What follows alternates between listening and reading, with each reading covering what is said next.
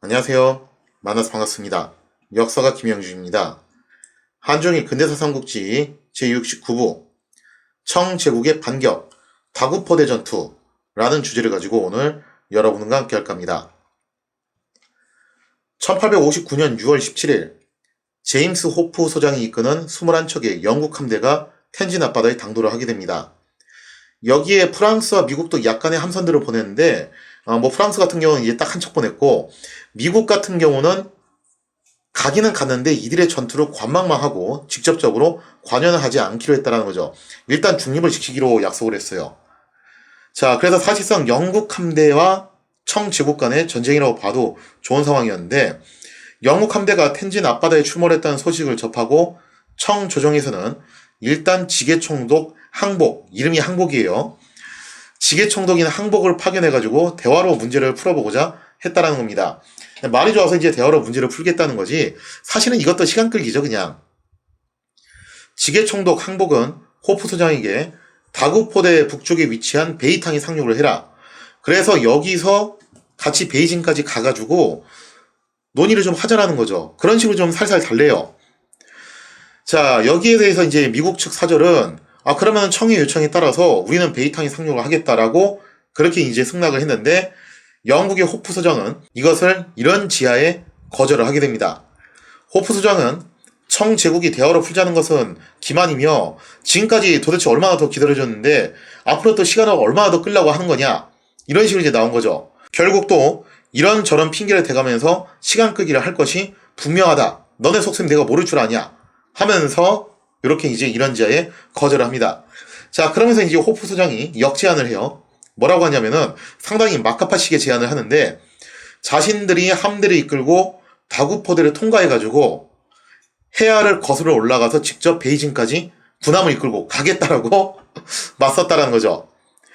그러면서 만약에 청제국이 정말로 대화의 진정성이 있다면 즉각 어떻게 해라, 다구포대의 무장을 해제해라 라면서 으름장을 놓았다라는 겁니다.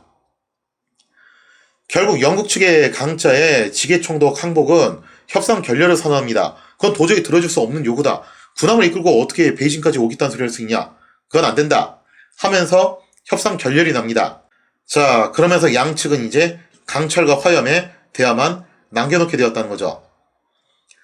다구포대는요, 텐진을 통과해서 황해로 흘러가는 해야, 그 해야를 끼고 있는 요새예요. 그래서 해야를 두고서 양안에 끼고서 만들어진 요새인데 마치 두 개의 탑처럼 서로 마주보고 있는 형국이죠.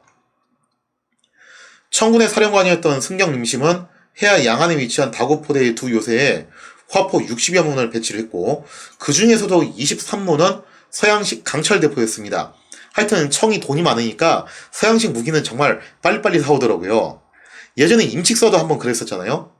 자, 그리고 요소에 소형 대포들을 추가로 더 설치해서 다구포대의 방어력을 한껏 높여놓은 상태입니다. 그리고 해야 입구에는 쇠사슬과 함께 각종 장애물들을 설치해놓은 상태였다는 거죠. 자, 협상이 결렬된 이후에 영국 함선 11척은 다구포대를 무력으로 통과하기 위해서 해야 하구로 접근을 합니다. 아직 한 포는 쏘지 않고 접근만 한 상태예요. 영국 함대는 해야 안쪽으로 진입하기 위해서는 일단 어떻게 될 필요가 있다, 저 쇠사슬과 장애물 지대를 제거할 필요가 있다고 판단하고 소형 선박들을 보내서 장애물들을 제거하는 작업을 실시를 하게 됩니다. 자, 이처럼 영국군이 대놓고 눈앞에서 장애물 제거를 하고 있는데 어쩐 일인지 다구포대에서는 아무런 반응을 보이지 않고 있어요. 그냥 조용히 있었다는 거죠. 자, 그래서 영국 함대는 오전 내내 순조롭게 장애물 제거 작업을 실시를 할 수가 있었는데, 아마 영국 측에서는 그렇게 생각했던 모양이에요. 저 청애들이 큰 소리는 땅땅 쳐놓고 막상 우리 대영 제국의 강력한 함대를 눈앞에서 보니까 저거 쫄았구만, 겁먹었구만, 그래서 저렇게 지켜만 보고 있구만, 그런 식으로 이제 판단을 했던 모양이에요. 정말 그랬냐? 자, 여기서 오후 무렵이 되자 해하의 물살 흐름이 바뀌기 시작합니다. 밀물 시기가 끝나고 썰물로 바뀌게 되면서 수심이 조금씩 얕아지게 되었다는 거예요. 그러면서 덩치가 컸던 영국 군함들은 움직임에 제한이 생기게 되었다는 겁니다. 바로 청의 승경림심은 이거를 기다리고 있었던 거죠. 그래서 장애물 지대를 설치한 것도 요 시간이 올 때까지 시간을 벌기 위한 하나의 장치에 불과했어요. 하지만 이러한 사실을 인지하지 못한 채 영국 함대는 계속 장애물 제거 작업에 열을 올리게 됩니다. 그리고 이것은 청군에게 있어서 아주 좋은 먹잇감이 되었다는 거죠. 때가 무르익었다고 판단을 하자 승경 임심이 즉각 전포대에 발포를 명합니다. 그러면서 청군의 대대적인 반격이 시작되었다는 거죠. 다구포대에서 발포하는 포격, 초탄부터 럭키샷이 터지는데 영국의 호프 소장이 탑승한 기함이 피격이 돼요. 그러면서 이 충격으로 호프 소장이 부상을 입고 맙니다. 거기다가 영국 함대는 장애물을 제거하기 위해서 지나치게 중앙에 밀집한 상태죠. 그리고 또 청측이 이렇다 할 공격을 안 하니까 완전히 방심하고 있었어요. 그런 상황에서 썰물까지 겹쳐가지고 수심이 얕아지는 바람에 함대가 제대로 된 기동을 할 수가 없었다는 거죠. 자, 그리고 이 기회를 놓치지 않고 양안에 위치한 다구포대 요새들이 쉬지 않고 십자포화를 날리니 말 그대로 킬전에 갇혔던 영국 함대는 아수라장, 지옥도가 펼쳐지게 됩니다. 순식간에 영국 군함 4척이 격침을 당했고 결국 영국 함대는 백기를 내걸고서 퇴각을 해야 되는 정말 치욕을 맛봐야 됐다는 거죠. 자, 이렇게 해서 영국 함대가 정말 치욕적인 패배를 맛보게 되는데 이때 영국 함선들이 격침되면서 많은 영국 병사들이 물에 빠져서 익살 위기에 처했어요. 아마 이때 자칫 잘못했으면 정말 대량의 인명피해가 날 뻔했었는데 이때 당시 이것을 봤던 미국의 조사이어 텐널 제독이 즉각 함대를 출격시켜서 물에 빠진 영국군 병사들을 구조를 해주게 됩니다. 물론 이것은 전쟁에 직접적으로 개입하지 말라는 방침을 어긴 것이죠. 그래서 이것 때문에 후에 텐널 제독은 중립을 지키려는 방침을 어겼다는 죄로 상부의 문책을 받게 돼요. 근데 이때 당시 텐널 제독이 자기가 왜 이 중립 방침을 어기고서 끼어들어가지고 영국 병사들을 구출을 해줬냐? 그 이유가 뭐였냐? 그 이유가 어떻게 눈앞에 사람이 죽어가고 있는데 같은 인간으로서 그거를 죽게 내버려둘 수 있냐? 그래서 인류애 때문에 그랬다. 라고 말했으면 참 멋있을 뻔했는데 텐널 제독이 이렇게 얘기를 해요. 그러니까 당시 서양 사람들이 동양 사람들을 바라보는 인식 수준이 되게 이랬던 것 같아요. 텐널 제독이 뭐라고 얘기했냐면은 아니 지금 같은 백인이 저 미개한 동양인들한테 학살을 당하고 있는데 그거 어떻게 가만히 같은 백인으로서 두 눈 뜨고서 지켜볼 수만 있겠냐. 피는 물보다 진하다. 라는 아주 주옥같은 말을 남겼다라고 하죠.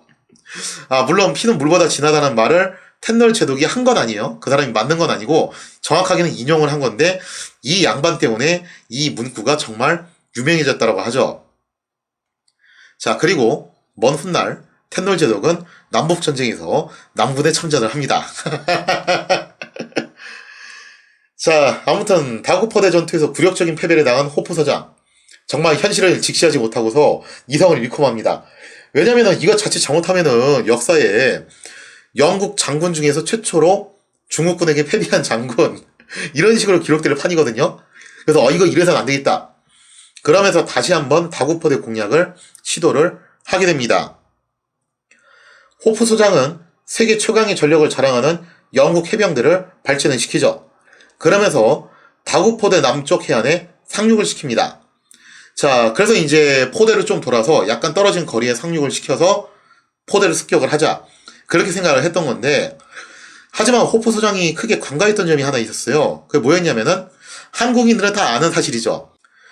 우리가 이제 서해바다라고 부르는 지역, 바로 이 황해바다.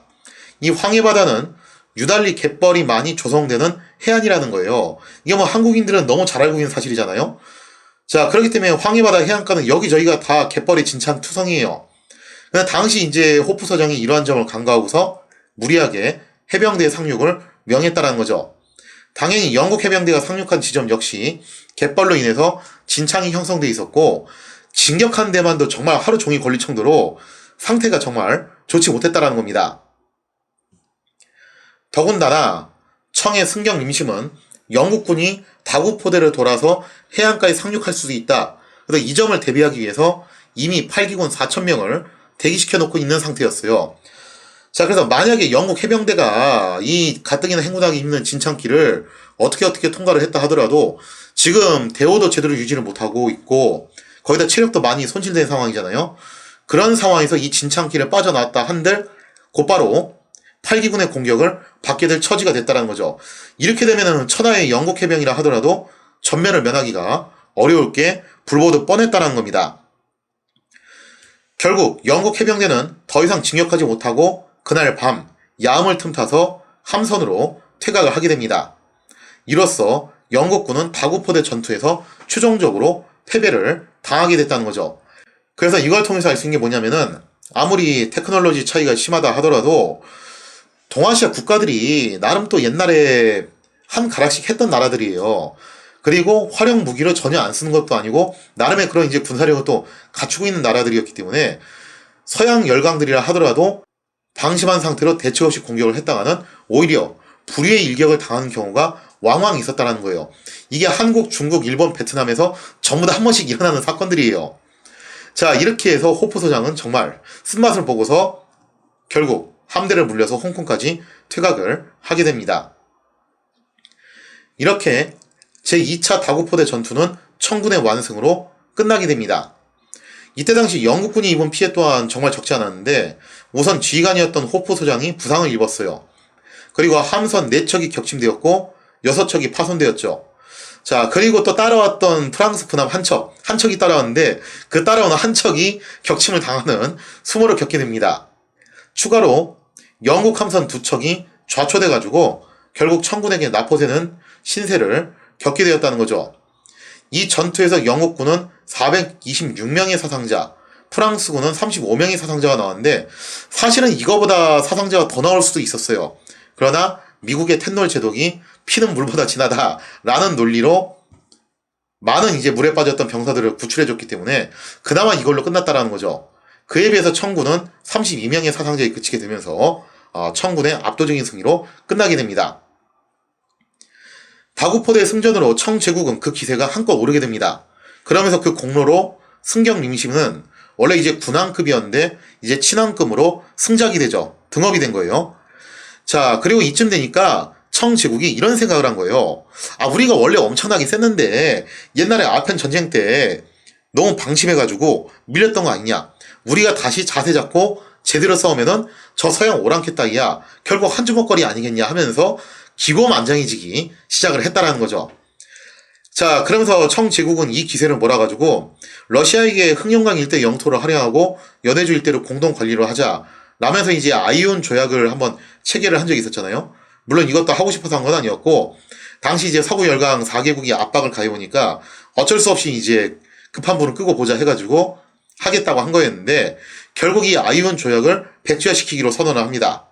그러면서 이 아이온 조약을 추진했던 담당자 혁사는 예전에 1차 아편 전쟁 때도 귀향을 한번 갔다 왔는데 황제를 속였다는 죄로 이번에는 좀 약간 다소 억울하게 이 아이온 조약에 대한 책임을 지고서 또다시 귀향을 가는 신세가 되고 말았다라는 거죠.